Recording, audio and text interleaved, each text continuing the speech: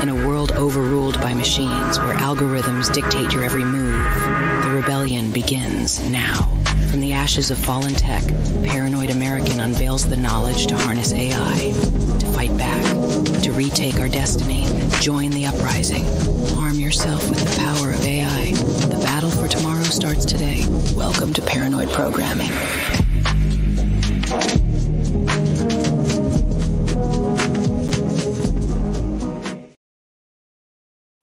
Bam. There I am. We got a special episode here. Kind of a high demand. A lot of people have been asking how to do the voice AI because I think it's pretty convincing.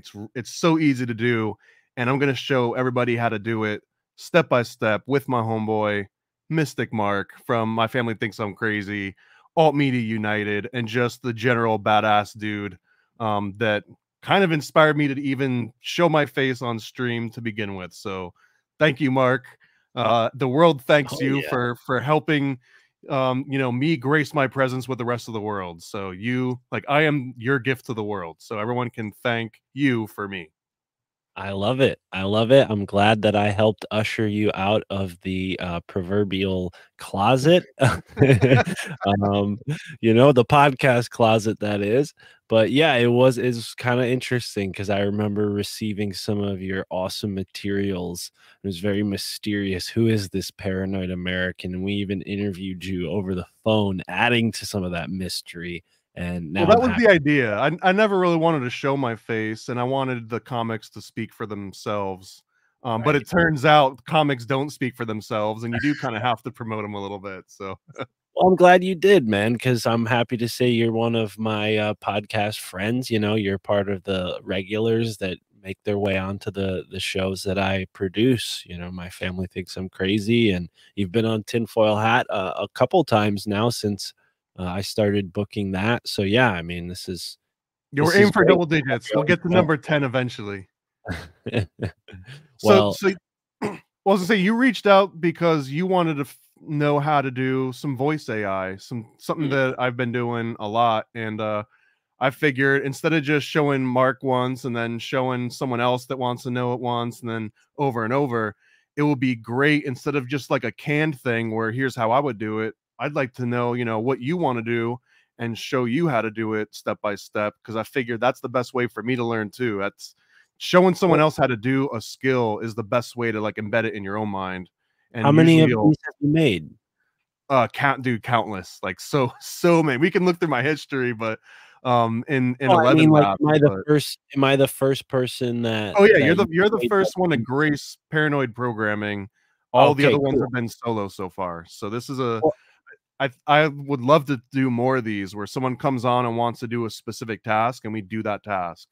Well, I'm glad that I'm the first guest because it's interesting with Alt Media United, which you've been a part of before you had a podcast. I made a page for your comic book publishing company. But one of the things that I do with Alt Media United is teach new podcasters some of the tricks that have helped me get my podcast out there.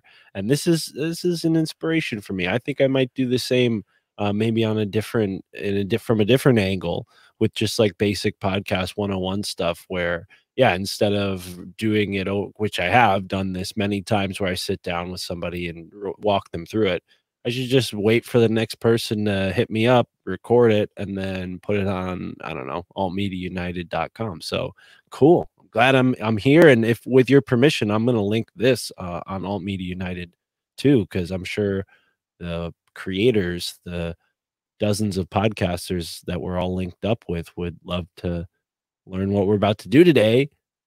And yeah, of course, man. I just ask that no one else is allowed to have a laser. I'm the only one that gets the laser.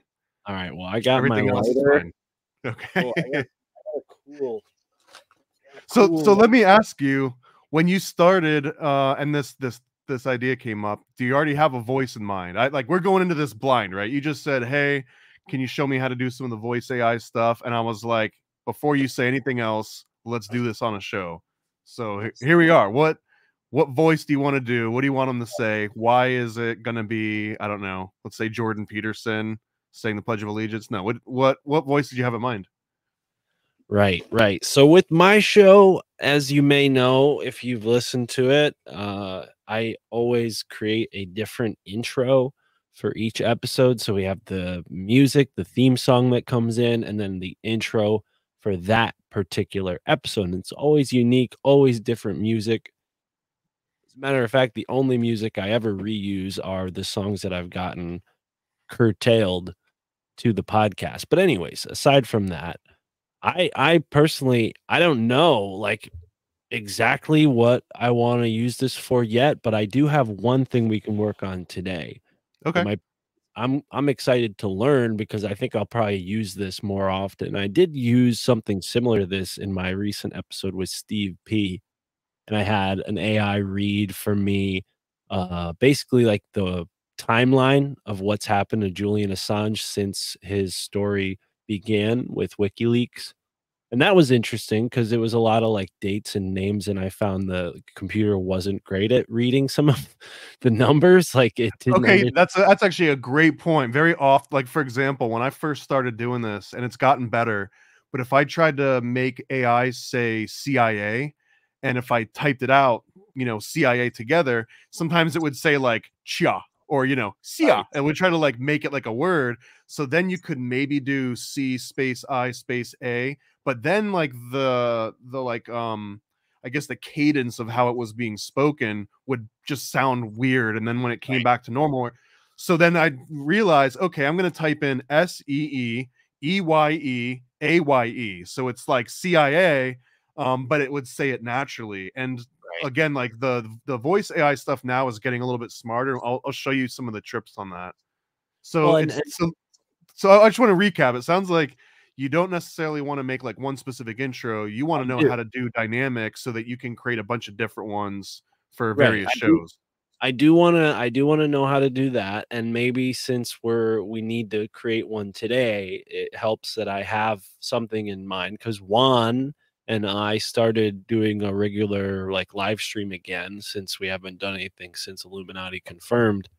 And it's gonna be like a basically, we're trying to figure out who Falconelli is, and we might not ever get to the end of that rabbit hole because Falconelli might not have ever existed, but I Right. was thinking maybe we can get, like, an old British man or, like, just, like, an old European man, like, with, like, an accent, like, I don't care what accent, it could be Spain, Dutch, like, I just want it to sound, like, kinda, like, off or weird, and I just want him to be like, looking into the world of Falconelli, like something like that, like that's what I'm picturing. It doesn't have to be like spot on there. And if we can't get like a weird accent, that's fine.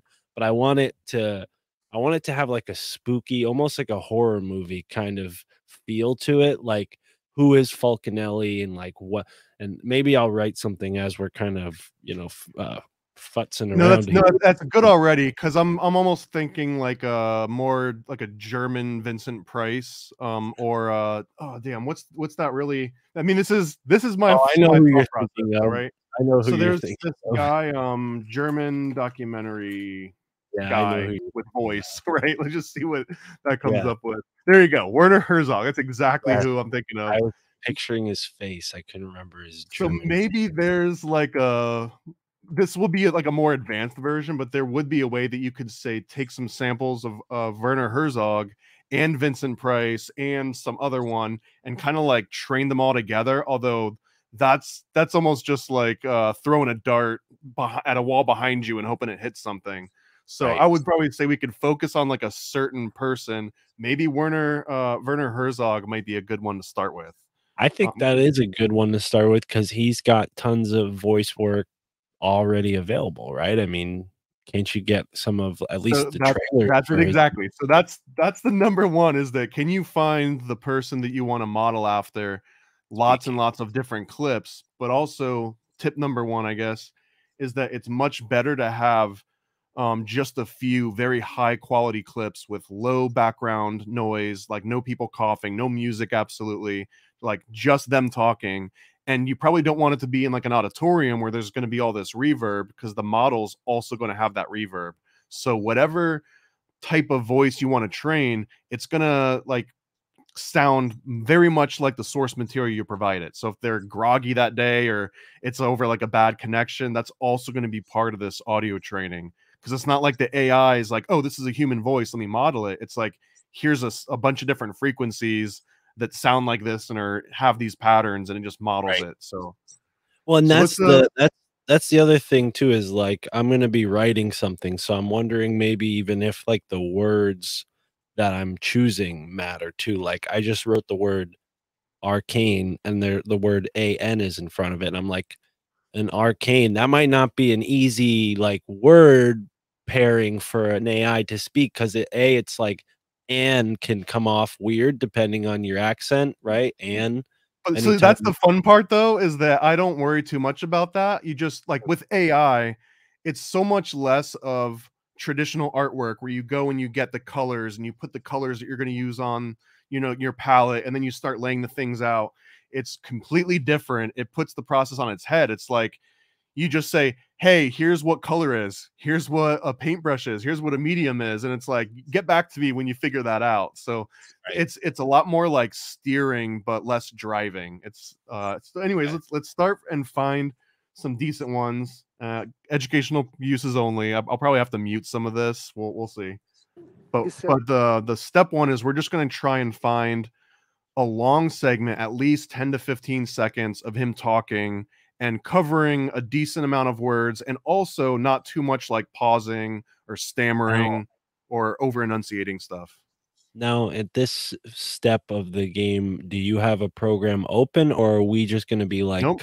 downloading these YouTube to MP3s and then running the Yeah, MP3s? it's exactly it. We're gonna open this up on like a website. It'll give us the MP3. We'll put it in Audacity, which is a free program anyone can install on any platform. Everything will do all the steps. Just clarifying, we're no programs yet. We're just using YouTube. Yep. Cool. Okay. So let's see that. I'm hopeful we'll find one pretty quickly, but let's see. A such thing as insanity among penguins. Already there's a little bit of wind that's hitting the microphone. That's not bad. We can probably even edit that out in the next step.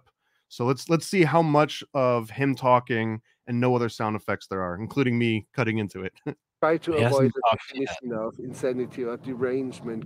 I don't mean that. Oh, can you hear this? Yeah, I can hear it.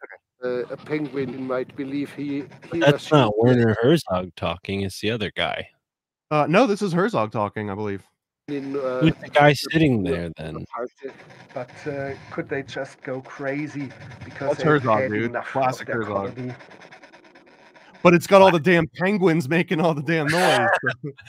So, okay, let's just go with this one and see what happens, just for educational purposes. Yeah, so we might get some random avian noises in there, right? But that's okay. It'll add to the allure of everything. So my favorite. Again, everything is educational here. I don't know how many laws or whatever we're violating. So if it's all educational, then it's all legal. That's how I understand it. Yeah. So yeah, we can't say "go f yourself," YouTube. We will never say that. We can't. I would never say that. And I'm definitely, every like YouTube.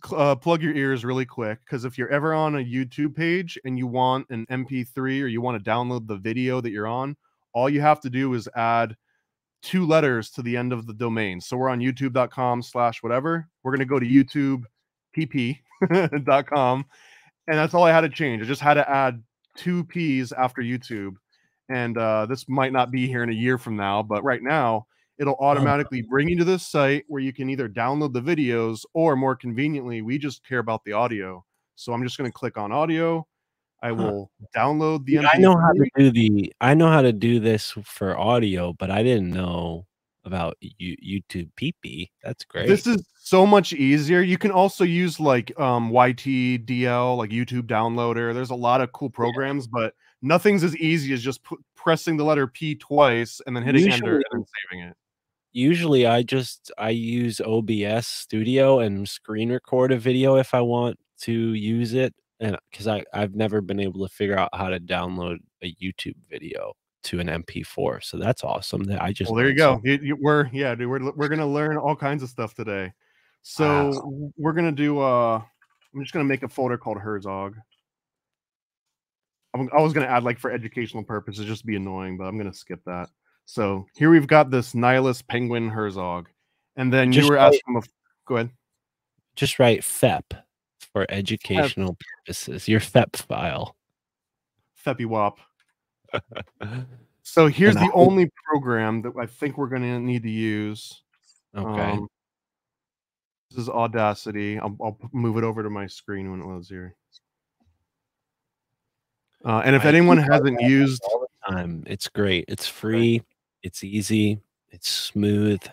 But I think I have an older version of Audacity, and I don't know how to update it. So maybe that's a different dude, this is conversation. honestly a really old version too, I Okay, think. no. Yeah, no, you Like have you, an yeah, older you version don't than need me. anything modern or special or anything to do any of the stuff we're working on today.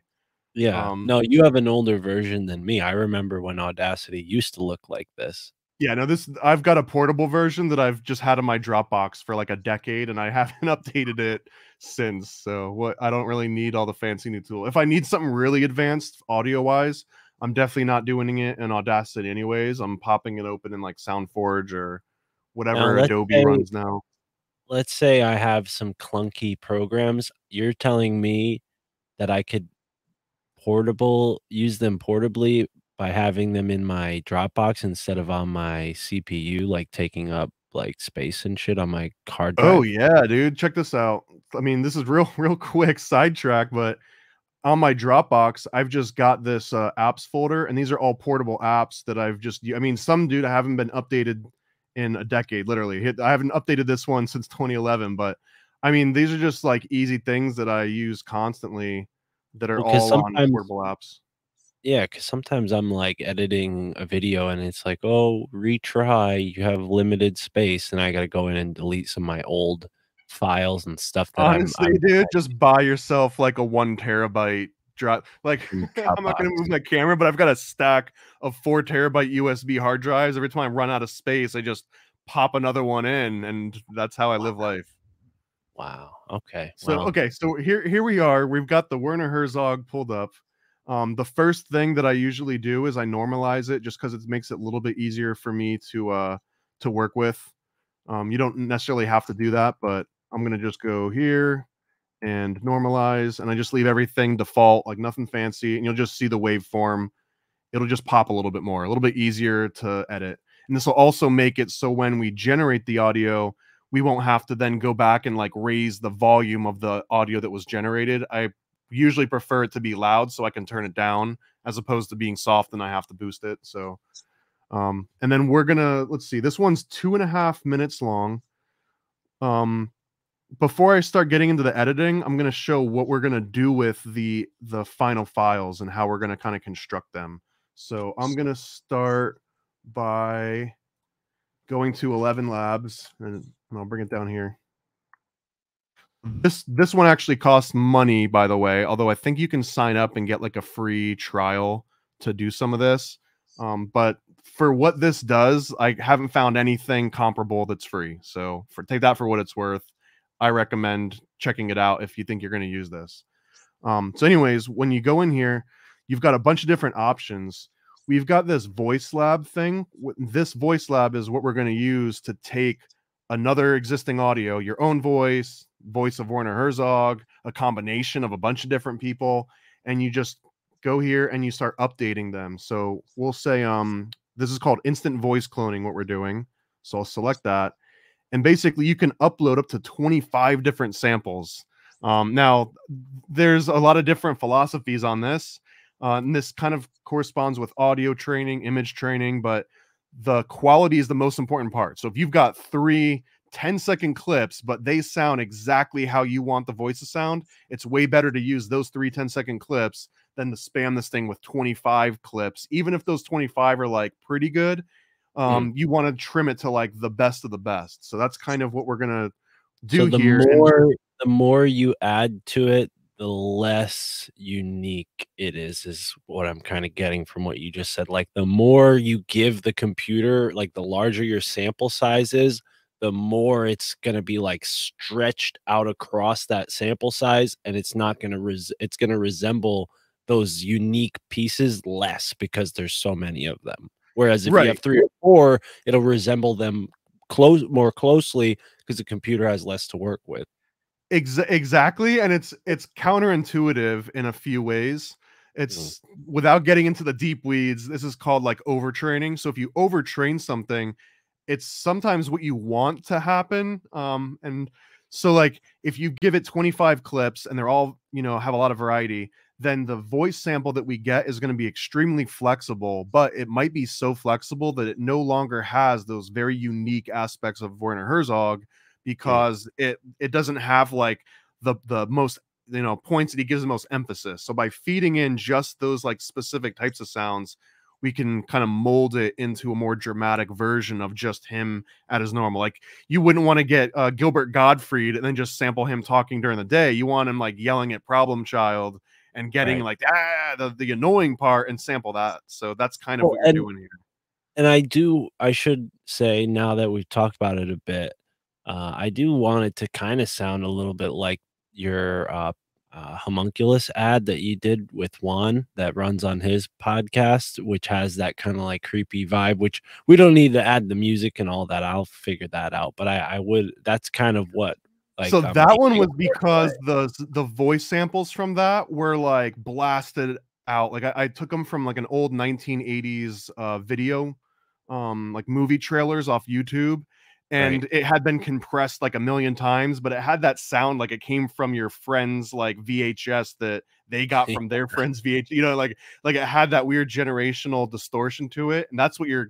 I think you're probably saying it had that cool effect. For this, we would make a Werner Herzog and then probably like craft that afterwards by running it through some samples. And I can run that one too, but that might be a separate issue. Sorry about that. Let's start out by grabbing some of the sound samples. I'm just gonna take like a few at a time. So here's this first big chunk, and I just copied and pasted it, and I'm just gonna listen and find like the best clips of it.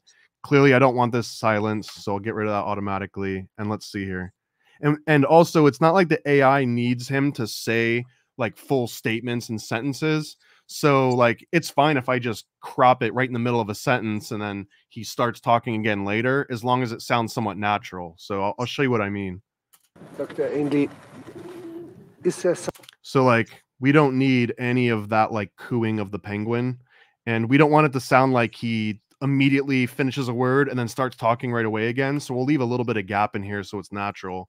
And then also this very beginning, I don't think he talks. I think this is ambient background. Dr. Indy. Yeah, so it's like he says doctor, and as he's saying that, it's kind of like fading in. So I'm going to get rid of the initial part. Dr. Indy, is there such thing as insanity among penguins? I try to avoid the definition of... No, I noticed that I can hear the penguins talking behind him here. We're not going to give too much trouble for that. Just for the sake of time. You might want to like nitpick every best part, but so far it doesn't sound too bad. The definition of insanity or derangement. I don't mean that a penguin might... That one was a little bit bad, so I'm going to get rid of that one. Sounds like a goat in the background. Believe he or she... That one too. That stupid ass penguins are really annoying, huh? Napoleon Bonaparte. Like still, the penguin is not letting up. But could they just go crazy because they... Okay. So yeah, the penguin starts and doesn't end. So it looks like we're going to have maybe 11 seconds of a usable sample, which might be enough, but let's see. Indeed, is there such thing? I actually don't like that noise when it just starts up. It's like the mic rubs his jacket or something. Yeah, the first 3 seconds is bad. I'm just going to get rid of all that. Yeah. Is there such thing as insanity among penguins? I try to avoid the definition of... Okay, I don't hate it too much, and also we might be able to renormalize it since we got rid of so much. Let's just see if that changes a little bit, boosted it. We're going to run with just this 10-second sample just to give it an idea of how easy this can be. So all I really have to do is export this as a wave or an MP3. I'm just going to do a wave, and let me folder dive over here for a second, and basically I might go through and do this to 4 or 5 samples. Depends on how much time I really want to spend doing what you just saw me do over and over again. So I'll start with one and see how that sounds, and then add another and another. And then if it doesn't sound good by the time I've added maybe 5 different samples, I kind of start getting rid of the ones that I've got and focusing on better quality versions. Let's see here.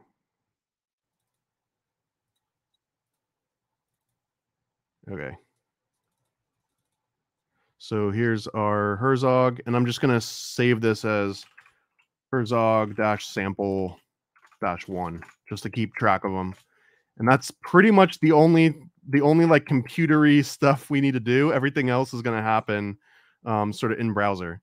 So I'm gonna call this Herzog. We're gonna pick that sample that we just made called Herzog sample. And then there you go. It's already uploaded.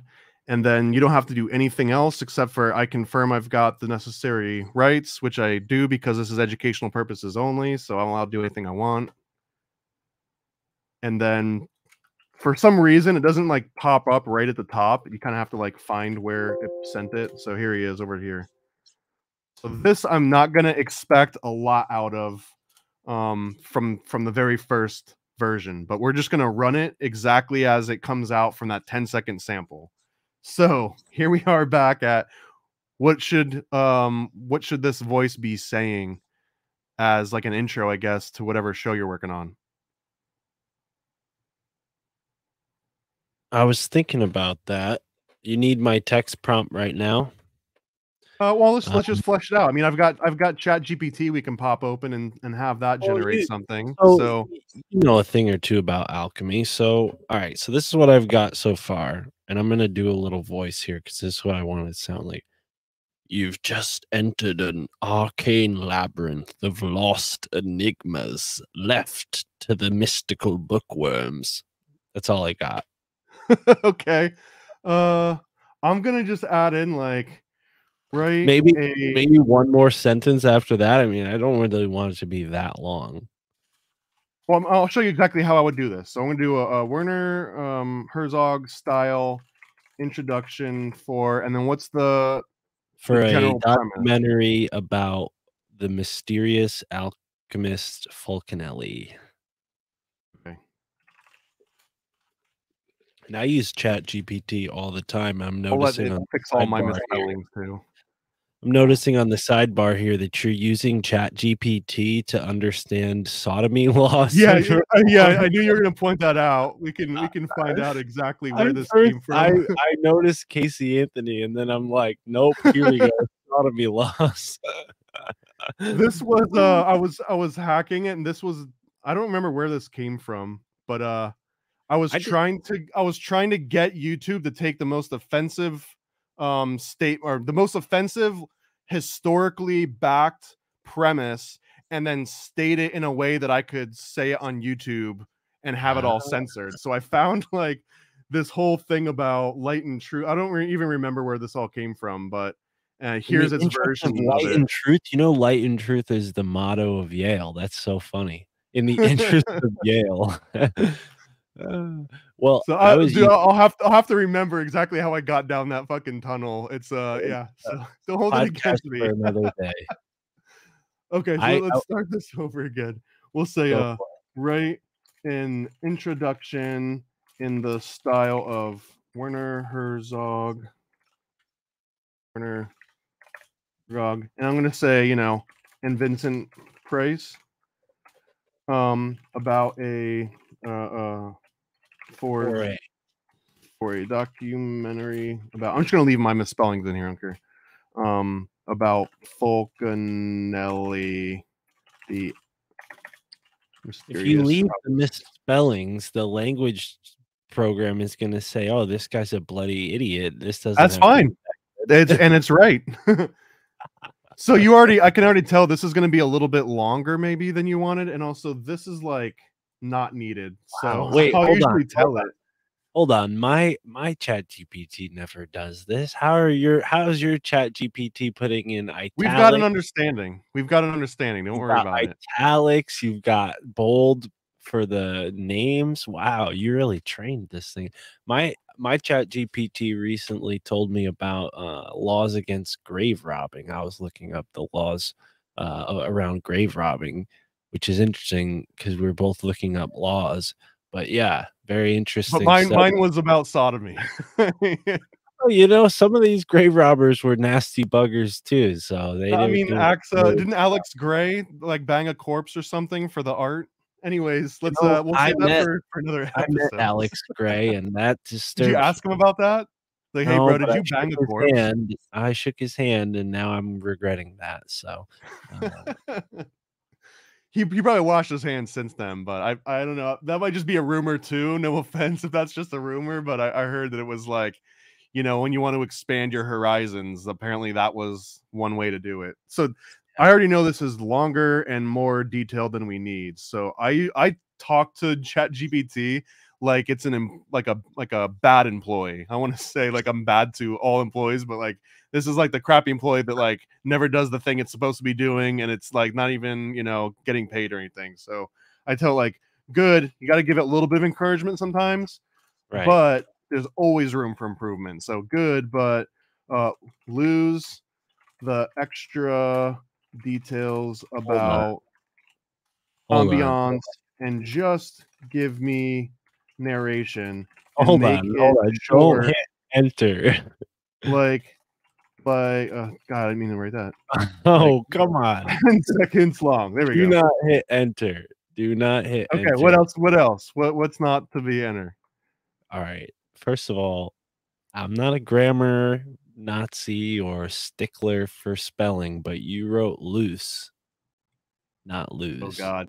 Which is, Oh God. you don't want to set All the right. chat All right, we GPT in fixed the it. wrong direction. And look, and it already got rid of all this extra fluff, and bam.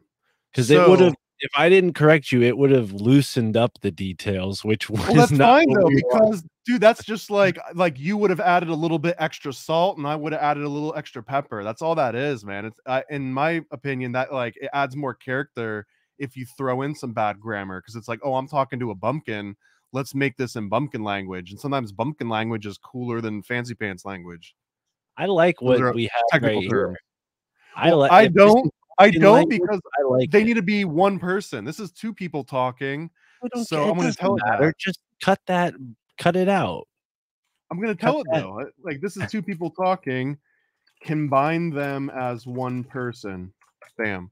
And now we should get in the shadows of history. We uncover Falconelli, the enigmatic alchemist, the tale of forbidden knowledge, and the eternal quest. That's not bad, right? No. You want it spookier? No, I want exactly what it says right there. I want in the shadows of history lies Falconelli, the enigmatic alchemist. No. Oh, no. right.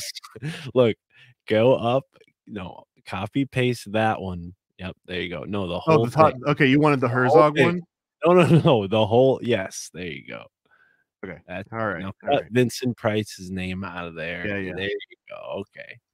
We'll get there. Yeah, that's perfect. That was gold. Okay. First, we struck gold on the first strike. Sometimes that's how it is, man. Sometimes it's fun to just roll with what you got. So we'll keep that premise up. Right. First of all, there's a bunch of settings we can run here. I'm not going to do any of that. We're just going to hit generate and see what we get by throwing the dice. Okay. And since it's only a little bit of text, it shouldn't be that bad. Well, I'll point out.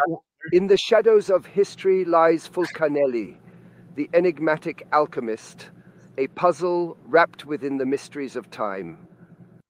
I've got thoughts on that, but we'll show you how we can tweak it a little bit. It's not perfect. We could add more samples to it. Well, and that's what I was thinking. I was thinking I would like to see one or two more samples thrown in there, because that penguin video had a certain sound to it that I didn't like. It was like, right, and I know you're picking up on it. It's nasally. There's missing a little bit of bass. It's got that background, but I want to, before we add more samples to it, which we will do, I just want to show you how much we can tweak it based on what we've kind of started with.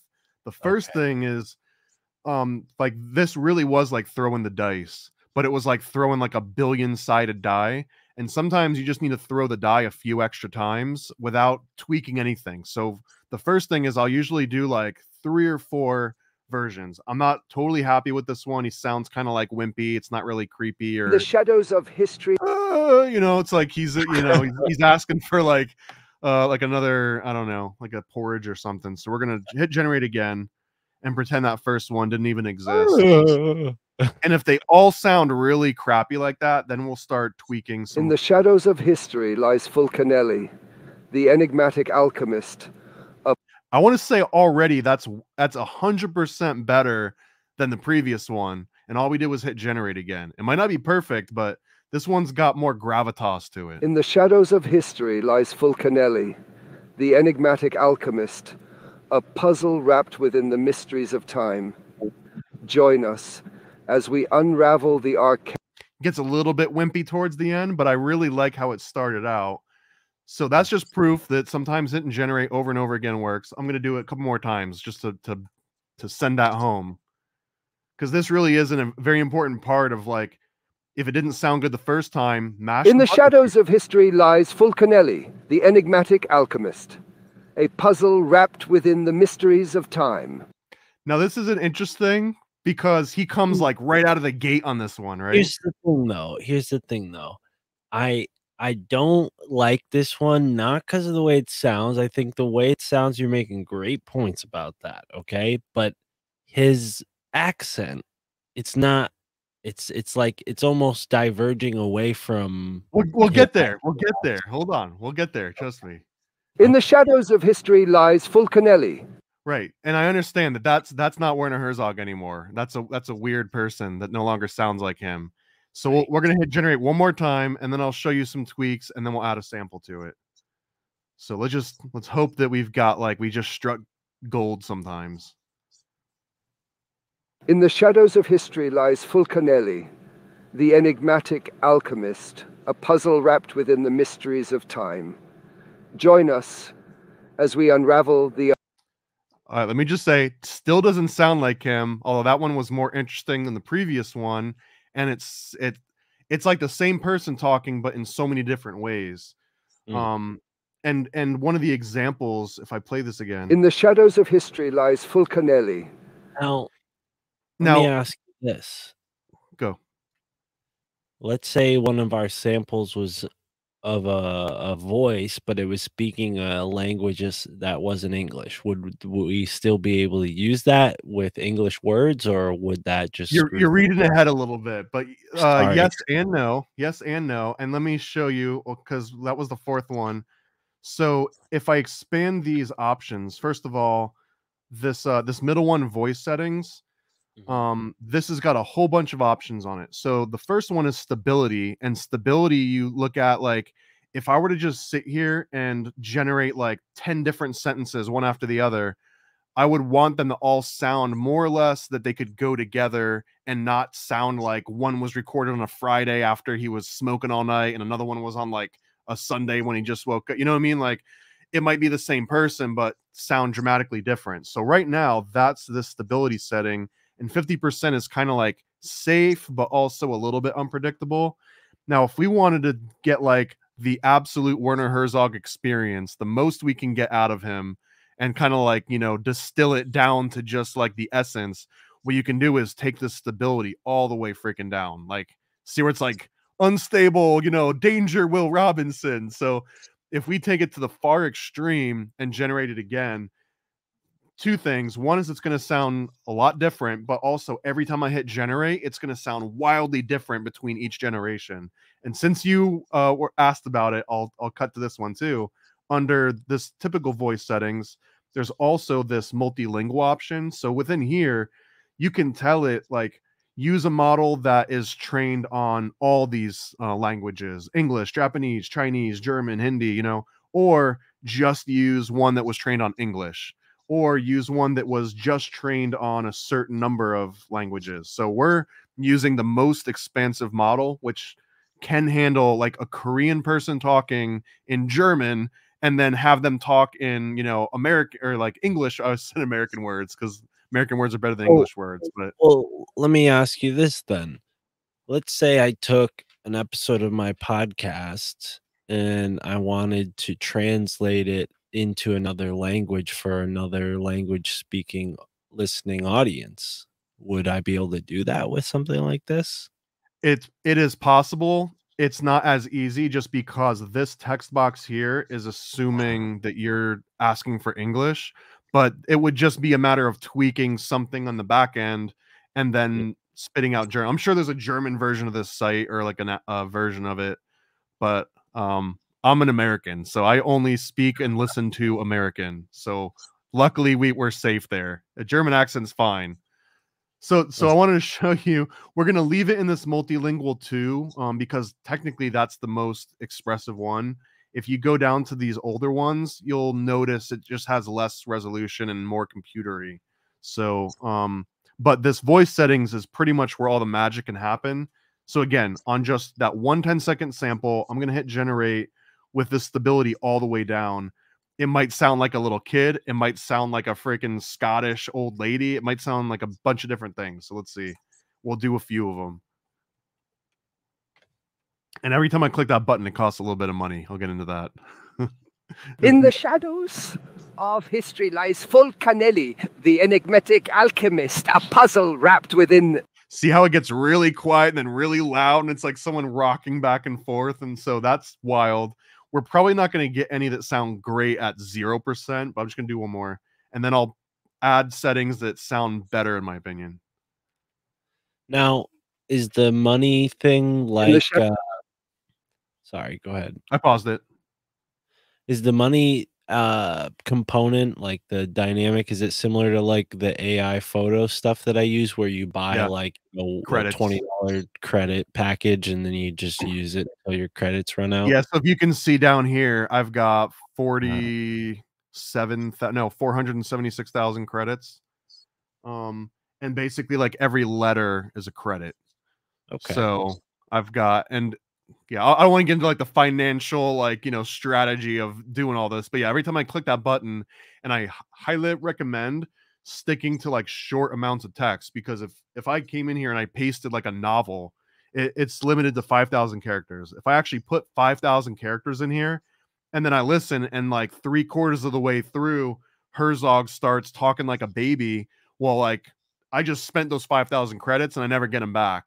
And I'd much rather do it in little chunks. And that's why this stability becomes a huge factor, because if I know for sure that all we ever need out of this project is a 10 to 20 second sample, then I can go wild and keep the stability down and go crazy with the settings and just keep hitting generate until I get the one that sounds good. And that's how I get some of my best work, is I'm just doing short little clips. Now, for my Thrill Oxide documentary, which was 20 minutes long, of Patrick Stewart basically narrating, that took forever because I had to find the right balance of stability and clarity enhancement so that when I rendered out like hundreds of different clips of him talking, they all kind of go together. And if you go back and listen to that, link down below, Thrill Oxide documentary, but you can tell in certain sections, it's like he sounds a little more Scottish, maybe he sounds Irish, maybe sometimes he's angry, sometimes he's like yelling or whispering, but it all kind of sounds like Patrick Stewart. But anyways, that's where the stability comes in. So I'll play this one. In the shadows of history lies Fulcanelli, the enigmatic alchemist, a puzzle wrapped within the mysteries of time. Notice how he like almost stops and laughs at himself for stopping. So that's what you get with this unstable thing. It also sounds a lot more like him. It might not be the right, you know, the right tone we're going for, but this one sounds way more like Herzog than the previous one did. And just to show that, I can go to history, and here's all the different ones that we've done recently. So here's every the one time that you that. pay for it, you do keep it, right? It's not like, you know, when you hit that generate button, it's gone. Like there's a list. I mean, I've tried to find ones that I generated like months ago, and it's hard to necessarily find it because there's so many. So, but yeah, they're all in here. So if I want to do like an A and B comparison, here was the first one at stability 0. In the shadows of history lies Fulcanelli. And then here's the second one. In the shadows of history lies Fulcanelli. See how it's almost like two different people? So first one almost sounded like a woman. I thought you were playing Cassandra, whoever that is. So yeah, we'll get into that. So that's a generational. So you can go in here and generate a voice by design. So you can say, I want an old British would that man. That would probably be like the more streamlined thing. Like if you didn't have time to play around with like samples and stuff and you just wanted something to read something for you, that would probably be like your best option, right? Or even better, now you can click on voice library, and it's just like, here's just endless of other people that have spent the time to either model or create their own. And they say things like, you know, Geralt, and I'll click to some of these samples, right? The heart has eyes which the brain knows nothing of. I'm not interested in age. People who tell me their age are silly. You're as old as you feel. Yesterday's home runs don't win today's games. So you've got a lot of different variety. You might just find the one that you wanted in all this, and you can filter these out. So if I said that, like, I wanted a British, yeah, I want a British man, and I want him to be old. So here we go, Knightley. Let's see what Knightley sounds like. Love is a serious mental disease. Wrinkles should merely indicate where smiles have been. The truth of the matter is that you always know the right thing to do. The hard part is doing it. You the like that truth one? of the matter is, Yeah, that we you should always put Oswald into the Oswald. sample mix. Okay, Put him so first. yeah, we'll add the voice lab. There's Oswald. So now when I go back into my my voice lab of all the things to pick from, I've also got Oswald right If here. I had Oswald as a teacher, I might not have dropped out of college. So let's have Oswald say instead of Werner Herzog for now. Let's see what it sounds like.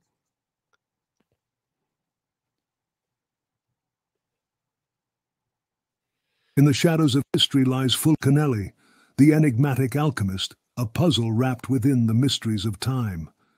Join us as we unravel the arcane tale of a quest for forbidden knowledge and eternal life. Not bad. All right. And if you really want to crank it up, we can go in here and let's play with his stability. Now, if you want to not be crazy and bring it all the way down to 0, I usually hover around like the 20s, the 30s. Once you get really low, you get weird stuff. Let's do 33. Oh man. Oh, that's did not confirm. Never mind. 33 is not even like, we're not even playing around at 33. Let's you want a little bit of danger. Let's flirt with some danger 22. down here. Let's do 23, right? Because that's kind of like 322, 23. I don't know. That's why I said 22, but all right, go for it. So, and then this is a new feature, the style exaggeration. I'm not going to do this yet. We'll do this in a second. So here's the Oswald again with stability down. Can you add something to this? I know you said that characters cost more, but let's add something to the mix here. Okay. It's a show with Juan and I, so maybe we personalize this a little bit. Hold on a second.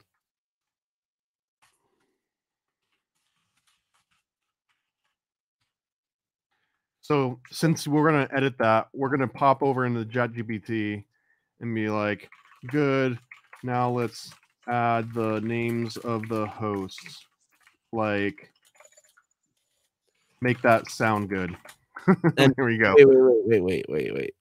Because all I did was I just took the text we had and then joined Juan Ayala and Mark Steeves. That's all I added to it and said, tell ChatGPT to give Juan and I secret agent nicknames.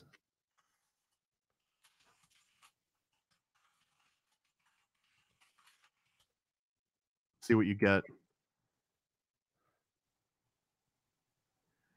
Juan Shadowhawk Ayala and Mark Spector Steeves. Let's run with it. Shadowhawk. All right, let's see what it sounds like.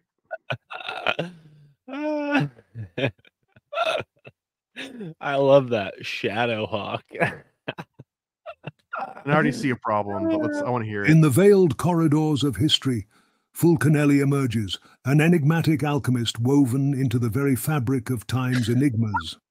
Embark on this arc. So I know it shouldn't say I'm Juan Shadowhawk. So let's do like and it also changed the entire paragraph. I don't want it to say that. I wanted to say what it said before, plus join. Yeah. Okay. All right. Let's do this. So this is a good point too, that sometimes you like the best examples are when you kind of like mix what AI gives you and what you want together. So we're just going to take this last part. Here we go. Join Juan Shadowhawk Ayala and Mark Spector Steeves on this riveting. Here we go. I already see it says riveting investigation. Join Juan Shadowhawk Ayala and Mark Spector Steeves And then you can Boom. even say as we, like the viewer is part of this, or you can say they as if the narrator's still talking about you. Yeah, we're all doing it together, As baby. we unravel the arcane. Okay. All right, let's see what that sounds like. And let's just get crazy. I just want to hear 0% stability. I always like the randomness of it. All right. It usually is just like a Tiny Tim high-pitched squeal. In the shadows of history lies Fulcanelli, the enigmatic alchemist, a puzzle wrapped within the mysteries of time. Join Juan Shadowhawk Ayala and Mark Spectre Steeves as we unravel the arcane tale of a quest for forbidden knowledge and eternal life. It's not bad. AI pronounced my last name correctly. I wasn't expecting that. I thought they would say Steeves. The S had a little too much whistle in it, and also Oh, I mean, that was this is great. I loved it. well, Steeves. I'm just saying, I've heard so many of these AI things, and the very end, it didn't end with enough like confidence. It almost ends as a question, like it's on the up. If you listen to the very end, tale of a quest for forbidden knowledge and eternal life. In the shadows. It almost sounds like he should be saying something after that, and it wasn't the end of it. So, couple things. You motherfuckers. Yeah, see what is. It'll sound great, man. And I wanted to point out, we'll do another version of this, but sometimes too, like if you want it to sound more like energetic or more angry, sometimes it helps to just go in here and be like, Arg, I'm so mad, and then let it say the rest of it. And it's not like it's actually telling it about emotion. It doesn't know about emotion, but sometimes leading with this first, whatever comes after it kind of like follows that initial energy. It's a weird way to look at it. And what you're really going to do is you're going to delete the first part out later. Yeah, and so you can always cut it in Audacity. Yeah.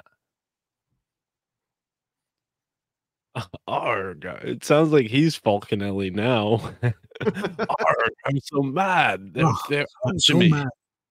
In the shadows of history lies Fulcanelli, the enigmatic alchemist, a puzzle wrapped within the mysteries of time. Join Juan Shadowhawk Ayala and Mark Spectre Steeves as we unravel the arcane tale of a quest for forbidden knowledge and eternal life. You motherfuckers. Dude, that one is gold, man. I really like that one. We should keep that. We should keep that. So let's say this is the one that we're going to run with for now. I just click download. There's the MP3.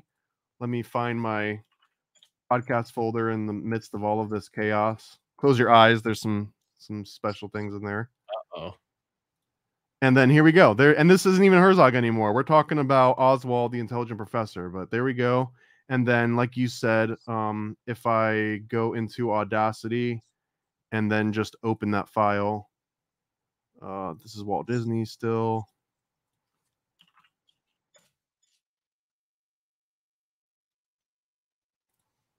And there we go. And I'll just take out the "ugh, I'm so mad" part, since that obviously was just there to kind of to preface it up. In the shadow. So there's the beginning. In the shadows of history lies Fulcanelli, the enigmatic alchemist, a puzzle wrapped within the mysteries of time.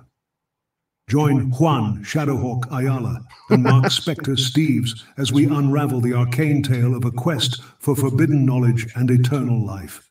You motherfuckers. I love the ending, dude. I hope you keep the end part in there. Yeah, I'm thinking even now that like the "I'm so mad" thing, I know we're cutting that out and we should, but it made me think like the narrator is Falconelli, and like so the Scooby-Doo moment at the end of the podcast is like, who is Falconelli? Maybe I'm Falconelli, and I would have got away with it too if it wasn't for that damn Shadowhawk and Spectre. I mean, that's a job for ChatGPT too. Now write an outro where Falconelli was caught in a Scooby-Doo style, monologue. Right. Well, I wasn't a fan of how it started though. Like, I'm so mad. It doesn't really sound like he's mad. We don't need that. We don't need that. But that just got me thinking. But also, Spectre is the evil organization that Shield fights in Marvel comic books. So I don't know how I like that. I feel like ChatGPT is calling me out, giving me that nickname. We're gonna call the file Spectre just in honor of it, Great. rightfully calling you out as Mark Spectre Steeves.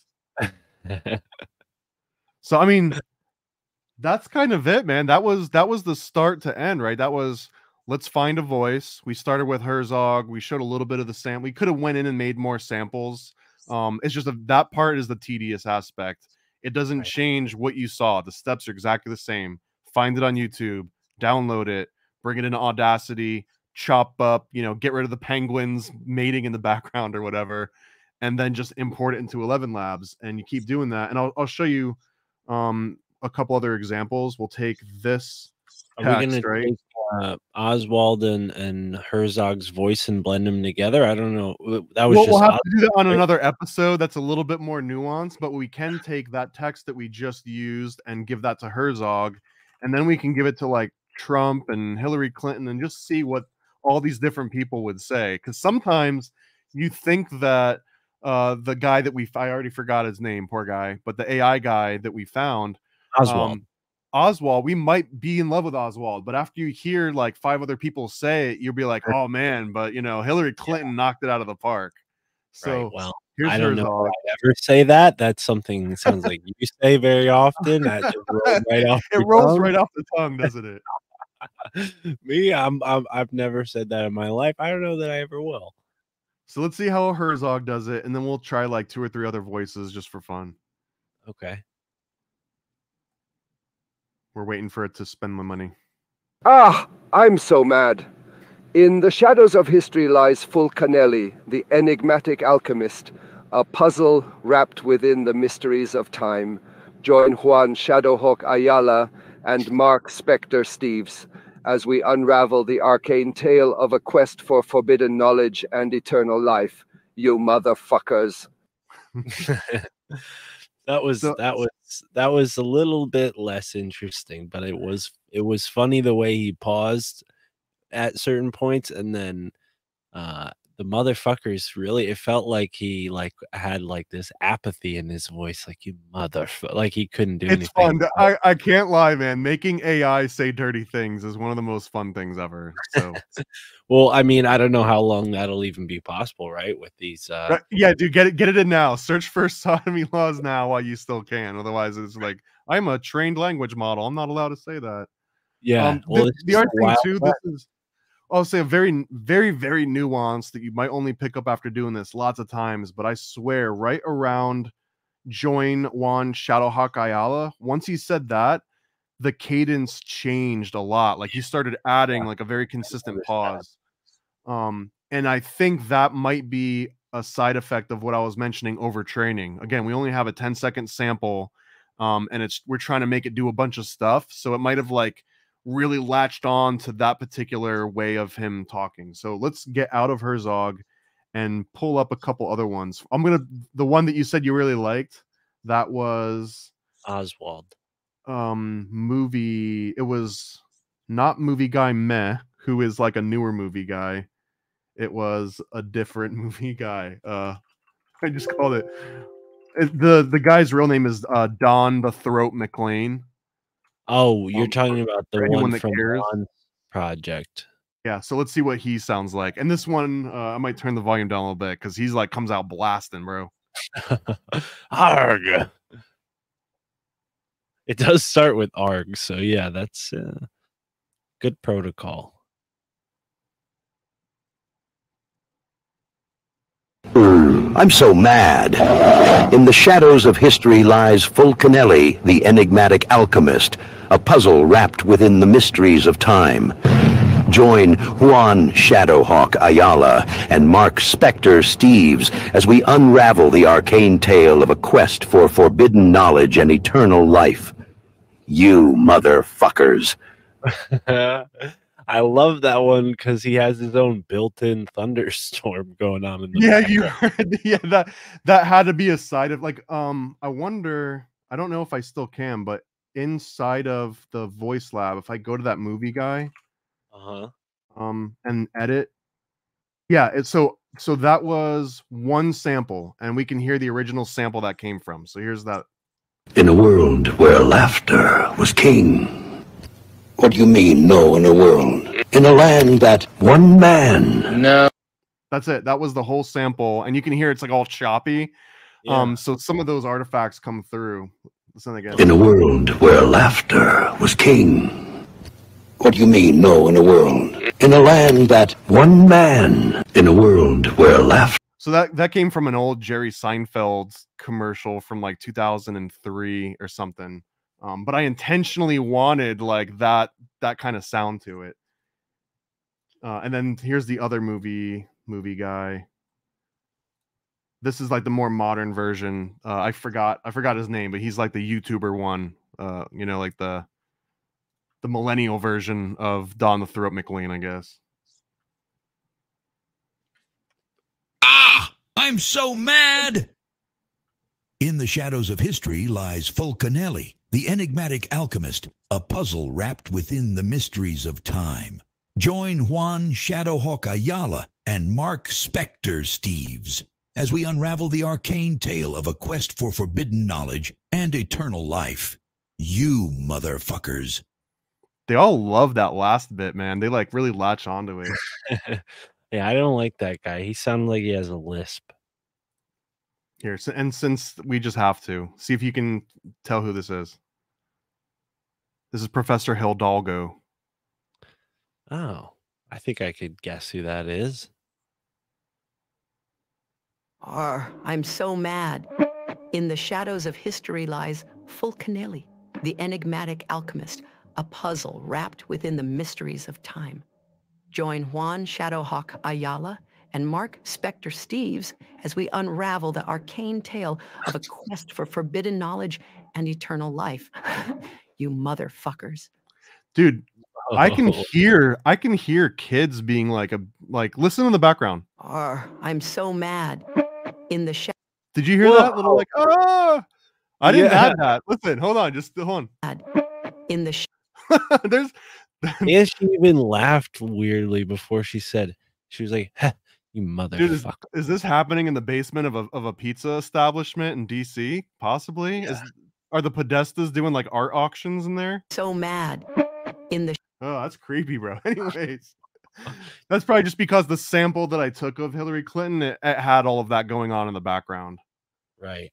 Well, it was creepy to hear how she said my name. It was almost like she had a nice smile on her face, like Mark Steeves. Let me know if you got any other sort of requests here. I'll read off some of the big ones that I like. I've got Harvey from Double Dare.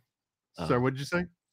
I thought you had Bob Marley, but I saw Bob and Mays combined for a second. No, and honestly, the Billy Mays does not sound great. The Bob Barker doesn't sound awesome. The Greta is hit and miss. What about here, go down. We've got Juan. How about just Juan saying that's me? and we edit that in after the part where the narrator says Juan Shadowhawk Ayala. I'm that bitch. Juan the bitch. Oh yeah, that's even better. I'm that bitch. That's me. I'm Juan. I'm the bitch. Sounds like he's saying that in bed. So we need it to be a little bit more paused. Sounds like he's saying that under the covers. Where did you guys record this together? He's actually under the desk now, and he can see what I'm typing, and he just reads it out. This is like a big elaborate, what do they call mechanical Turk? This is like a mechanical wand going on. He did a video a long time ago where he was kind of making fun of people that do the videos where they're like, have you ever thought about the soul?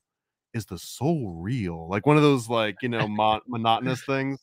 So I modeled it after that, and now I randomly send him saying like the dumbest shit, like on Instagram, just like out of nowhere, and it's like, yeah, I can just make you say anything I want now. It's crazy. Wow. That's me. Wow. I'm one. I'm that bitch. That's me. Okay, let's I want to just pick a couple other ones here. Some of my favorites. Robert Stack.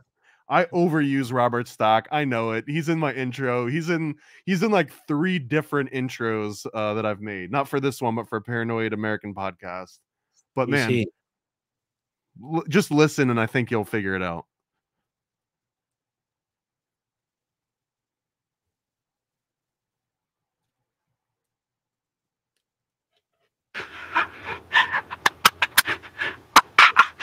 I'm so mad! In the shadows of history lies full. What the hell? So, dude, this is one of the fun side effects. I wonder if I've got my stability down. Yeah. See, my stability is at 7% for Rob. So He that's loves what to happens, bro. improvise, bro. He went off script. He was like, "Arg, I'm gonna do a They creepy." glitch out. I want to hear that again. It was wild. I'm so mad! In the shadows of history lies full. Dude, this is like the guy that's like hyping himself up before he gets on stage. He's like slapping himself in the face. Yeah, And then it's like, I was about to say, it sounded like anyways. he was going like snapping his fingers weird. I'm so mad! In the shadows of history lies Fulcanelli, the enigmatic. So we were doing this I'm so mad as an example. I think it's like hurting us now, so I'm just gonna take that part out. We're gonna Yeah, redo Robert Stack. Out. I'm gonna leave him at 7% though, because this is actually like his sweet spot for me. But this is one where you want to generate it all at once because it's gonna sound different each time. Dude. In the shadows of history lies Fulcanelli, the enigmatic alchemist, a puzzle wrapped within the mysteries of time. Join Juan Shadowhawk Ayala and Marcus Spector Steeves as we unravel the arcane tale of a quest for forbidden knowledge and eternal life. You motherfuckers. So yeah, dude, he went off script and called you Marcus, clearly. What the hell? So maybe because we're of the S's, maybe because Spectre came after that, it sounded like he said Marcus, but he was just getting warmed up for it. It could. It's probably also heavily related to this stability setting. So Well, what was weird is as you deleted the phrase "I'm so mad," someone in my house I heard said "so mad." It was so weird. It was like as you deleted it, it came out of their mouth. I mean, that you could convince me that we're just giving AI as like a way to tap into the spirit world, right? Like if first they were like, man, I don't want to keep using that stupid Ouija thing. It's annoying. It takes forever to talk. And then they did the spirit box, but they're like, that doesn't really sound good because it keeps jumping around. But now it's like, oh man, AI, tell me what to say. On that note, I was wondering today, like, what's the best evidence of something like possession? Because I was listening to this comedy radio show and they were watching like a top 10 possession videos on YouTube and they're just making fun of all of them. And I'm like, how would you prove that? Because I believe in it and that shit kind of scares me. But the way they were like taking it, I was like, oh yeah, these people clearly have no like they just think all that kind of stuff is silly and they chalk it up to like someone's going crazy, you know, or they're like just they want attention.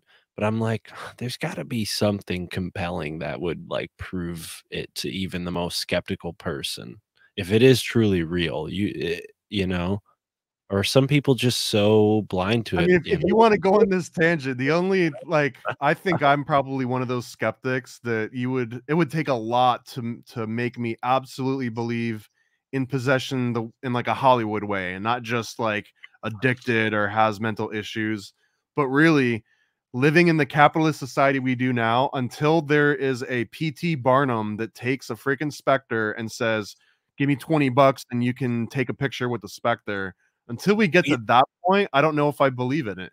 You know what I was thinking? I'm like, what if it's like the Catholic Church and like these different groups of people who claim to do the exorcisms? What if they like cultivate demons and then like spread them out? And then they're like, oh, you're having problems from those demons? I'll take it back. This is like the antivirus scheme, right? Yeah, like, like we got made the virus and then sold you the yeah. That's what I'm saying. They're just the antivirus software, and they just go around like, oh yeah, we'll take that demon back, and then they just give it to your neighbor and then wait Calm for down, YouTube. We're talking about software here. We're not talking about, jibbity jobs. Come on, dude.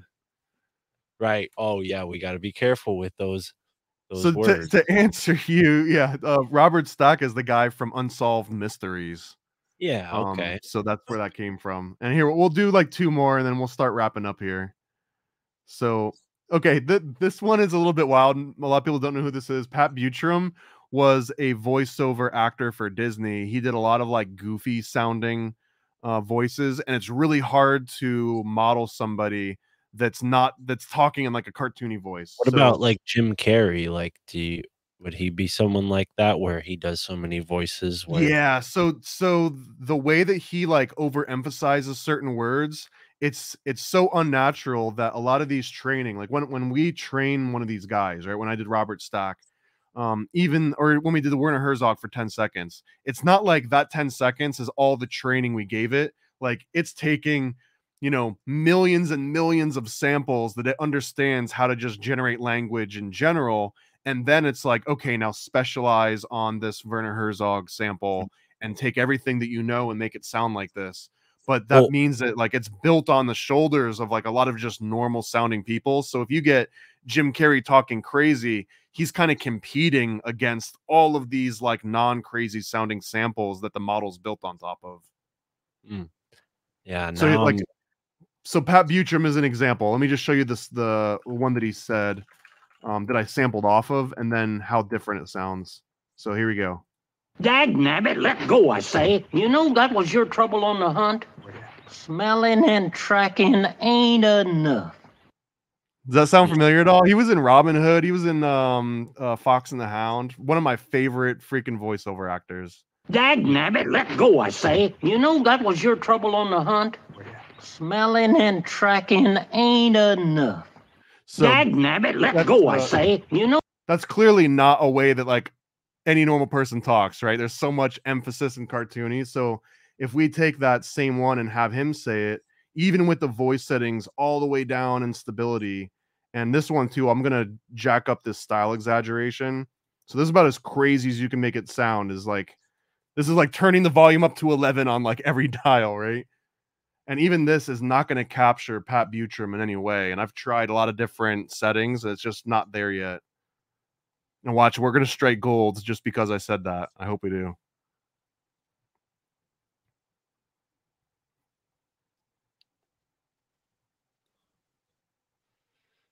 I wanna call into Sam Tripoli's podcast with one of these. Dude, the next level is, see how I have to hit generate and it takes like 10 seconds to play. Pretty soon, man, like you'll just be able to talk and it'll like translate what you're saying in real time to another voice, and it won't be a voice changer. It'll literally be generating a brand new voice as you talk. I just want to call into Sam's podcast and like have it be like Bishop Larry Gators and be like, Sam, I'm so sorry for all the times that I blocked you on Twitter and then unblocked you and then blocked you again. Like something just ridiculous. I can only imagine how much trouble I would have got in if this was around when I was in high school and like prank calling people. Like the Jerky Boys meets AI. It's out there, bro. Like that's a collaboration waiting to happen.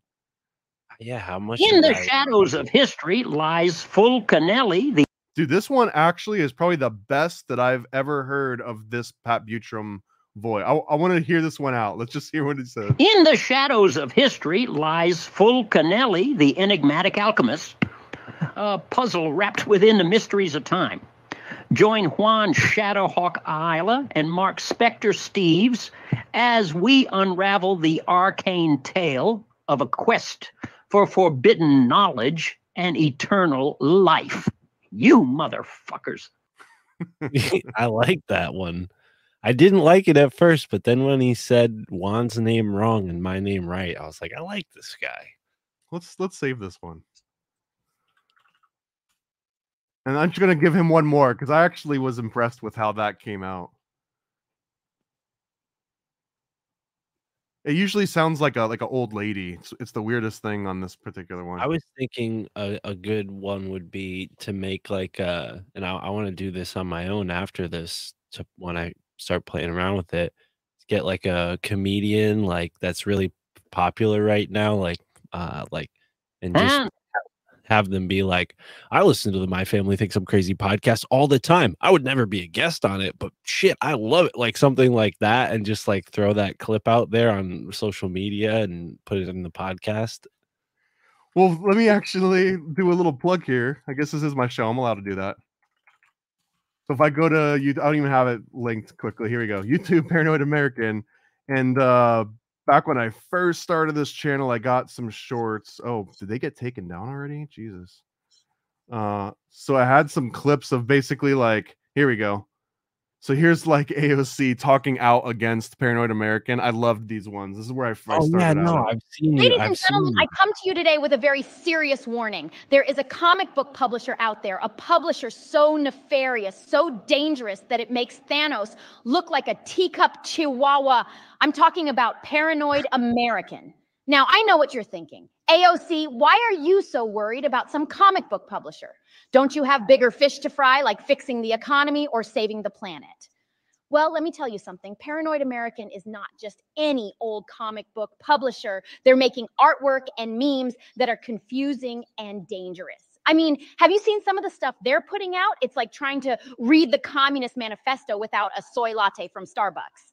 And that's not the worst of it. Some of their memes are downright subversive. They make jokes about politicians. They poke fun at social issues. And worst of all, they use puns. Puns, people. It's like they're trying to destroy our very way of life. So what can we do about it? Well, I'm glad you asked. I believe that certain types of art and comedy should be illegal, or at the very least, reserved for licensed artists. We need to protect the public from confusing and dangerous artwork and memes, because let's face it, we're all just a bunch of sheep, blindly following whatever the latest meme tells us to do. And if that meme tells us to jump off a bridge, well, we're all just going to go ahead and do it. In conclusion, I urge you to join me in the fight against Paranoid American. Let's make sure that only the most highly trained and skilled artists are allowed to create memes and artwork, because really, who needs free speech when you have licensed speech? Thank you and good night. So that one wasn't the greatest. It wasn't the most convincing, but I promise you, I got so many messages of people like, man, are they really doing this? Like, did AOC mention you? And I mean, to me, it's silly because I can see all the flaws and it was clearly like AI generated. But some of them, I guess if you watch it on a phone and it's just like the right angle, like it's very convincing, and it's only getting more and more convincing. Like that AOC voice I trained. Well, that was before you even had all these options. That was trained on this 11 English version 1 like almost a year ago. If I redid that voice again now, just hit generate, it'd probably sound twice as good as it did when I generated originally. I think it's that uncanny valley graph kind of thing where like the technology is getting really good and people in general don't know enough about it right at this point, because I even notice it with the relatively easy to see it's AI photos that I make for my podcast slides. I did the JFK episode and I made a picture of JFK in Greece in a wheelchair, because that was part of the theory that we talked about in the episodes that he did. Well, I kind of was taken away by it. I don't want to say too much because people should go see the movie and see their theory, but yeah.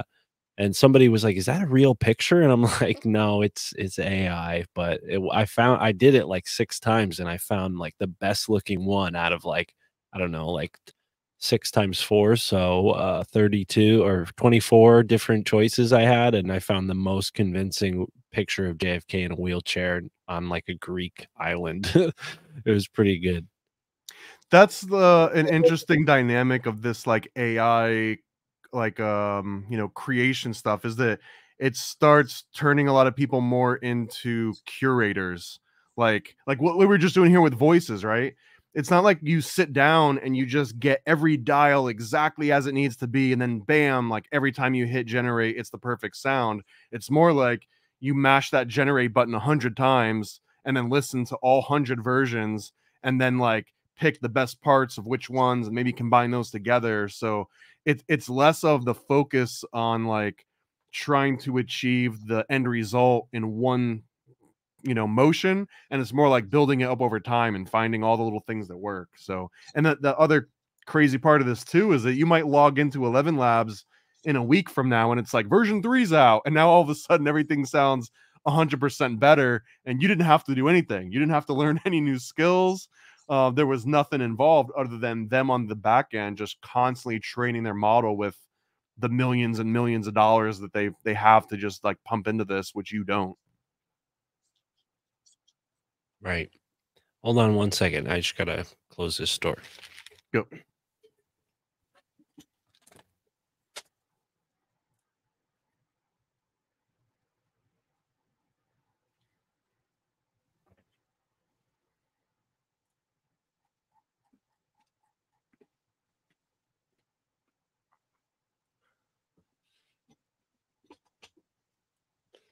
Okay, I remember now where this came from, by the way, since you called me out on my sodomy laws history. I don't want anyone to walk away from this thinking I've just been doing this for fun. I'm almost Bring it positive up I searched again. for this. I think this is a quote from Crowley. Oh, I think that's what I was doing. I was trying to get it. Well, this is exactly where it came from too, in honor of the Supreme Court decision. So I was trying to, so this is from The Scented Garden of Abdullah, the satirist of Shiraz, which was one of Crowley's pseudonyms that he wrote in. And weird. Yeah, this is a crazy tangent to go down. But this basically Crowley was writing, and if you look at the very end of his statement, it says right here, legalize sodomy and you will diminish it, or even as if you seem to fear, you increase it. You will see no change in society, but an advance and refinement. I mean, Crowley knew that magic was in the butt, basically, right? That was Crowley's whole thing. Magic's in the butt. And he wrote this sort of book in this pseudonym that took this premise of like make, being gay legal, because in his time, it was actually illegal. You could be put in jail just for being gay. So that was kind of the premise of this Scented Garden of the Abdullah, the satirist of Shiraz, which reminds me of the Sheikah Booty. I think that was like a Zappa. Chic, was it Booty Chic or Chic Your Booty? Yeah. I always, whenever I see this name of Aleister Crowley, it reminds me of this guy. Hold on a second. Oh wow, Chic Your Booty. Wow. Have you ever heard of Chic Your Booty? No, but I think we have in the making the perfect opportunity for a prank call. I don't know how much more time you have, but Juan just posted that he's going live on Fringe FM. Oh, I already saw it. I was planning on calling in and trolling him. Yeah. Okay, cool. Well, maybe we call him as Shake Your Booty and Can we call in as Juan? That's what I was also thinking. Call in as Juan asking about Shake Your Booty. Oh, actually, now I just want to hear AI Juan try to say "chic your booty." So we'll end it on that. I think that would be a good way to wrap this up. Yeah. Well, maybe we record the prank call and put it on the Patreon. I think people would love that. Do it. So we're gonna do hello Juan and Joe. Saying what do they people usually say? Long time listener, first time caller. Yeah. First time caller as guest. I'm actually the real Juan, and the Juan you have on now is a homunculus clone that escaped our underwater pizza factory. We're doing it. Okay. If it wasn't his name is actually Shake Your Booty. No, all hail Shake Your Booty, Juan's hidden financier who makes the one-on-one podcast possible and also makes the shaking of the booties possible. All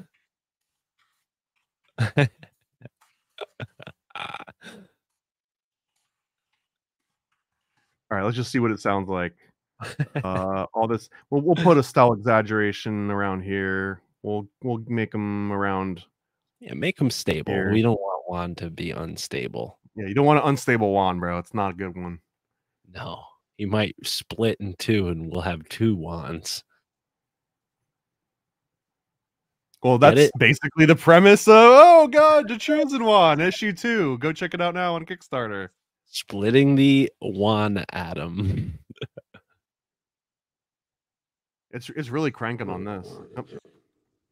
Whoa. Is this Ghost Juan?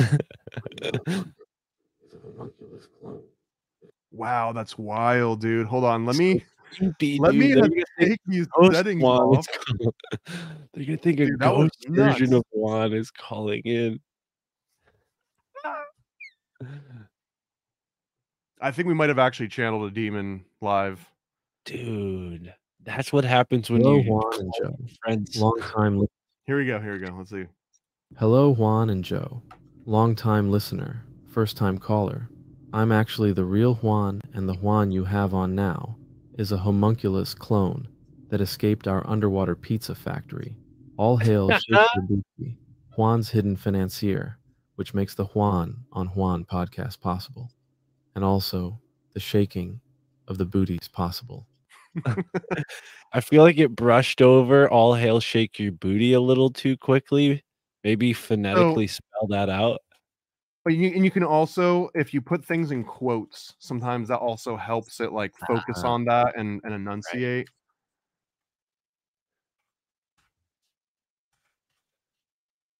See what it sounds like. Is he worth the 20 cents it costs to click this button? Let's find out. I think it's worth it. I think the prank call is worth it. I think Hello, putting it Juan on and Patreon Joe. is worth it. Long time listener. Hello, Juan and Joe. Long time listener, first time caller. I'm actually the real Juan, and the Juan you have on now is a homunculus clone that escaped our underwater pizza factory. All hail, shake your booty.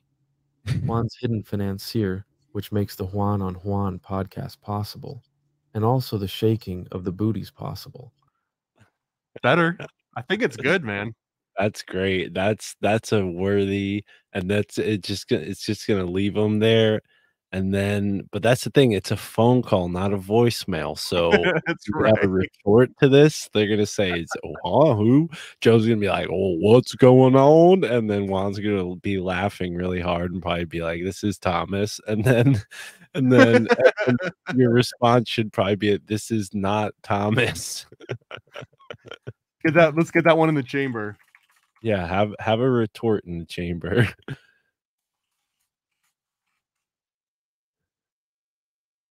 This is not Thomas. As I said, this is the real Juan. Perfect. Wow, dude, Wait, what's another thing they're gonna say? After they hear that, they'll be like, what? Oh, you pre-recorded all of these. Well, pre-record. you did mention the underwater. Yeah, I didn't pre-record anything. The underwater pizza factory has really good Wi-Fi thanks to Elon Musk. This is a Google call.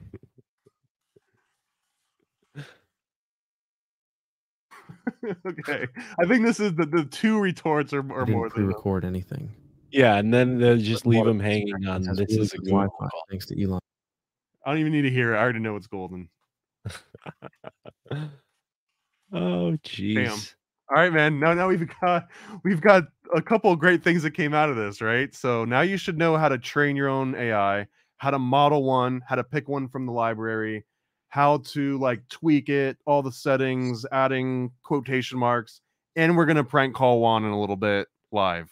So go check that out on the Patreon and see how it turns out. It might be a little bit cringy, but we had fun doing it. Oh, it's not cringy. If anybody likes this kind of stuff, sign up on the Patreon. Juan and I are going to be doing more fun content like this, and I'm sure Thomas will be a part of it. Tom, thanks for helping me understand how this stuff works and having me along for this episode. This was awesome, dude. And now I'm going to leave you with the best AI-generated commercial in history. They said it was forbidden. They said it was forbidden. They said it was dangerous. They said it was dangerous. They were right. They were introducing the paranoid American homunculus owners manual. Dive into the arcane, into the hidden corners of the occult. This isn't just a comic. It's a hidden tome of supernatural power. All original artwork illustrating the groundbreaking research of Juan Ayala, one of the only living homunculologists of our time. Learn how to summon your own homunculus, an enigma wrapped in the fabric of reality itself, their power at your fingertips, their existence, your secret. Explore the mysteries of the Aristotelian, the spiritual, the Paracelsian, the Crowleyan homunculus, ancient knowledge lost to time, now unearthed in this forbidden tale. This comic book holds truths not meant for the light of day, knowledge that was buried, feared, and shunned. Are you ready to uncover the hidden, the paranoid American homunculus owner's manual, not for the faint of heart? Available now from Paranoid American. Get your copy at tjojp.com or paranoidamerican.com today.